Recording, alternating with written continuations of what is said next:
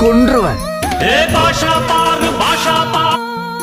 என்ன என்ன கனவு எங்கள் சொந்தம் நல்லவர்க்கெல்லாம் எங்கள் சொந்தம் பார்த்தால் என் தம்பிடா. எங்கள் சொந்தம் கனவெல்லாம் நீதான். யாரா நீ? என் தம்பிடா. உயர்ந்த இடத்தில் இருக்கும் போது மருதமர சத்தியமா ஜன்னல் வழியே காற்றே வரும் ராசாத்தி ஒன்ன அவ என் ஃப்ரெண்டு. பள்ளிக்கூடத்துல பாடம் படி காசுக்கு ஒரு பஞ்சாவ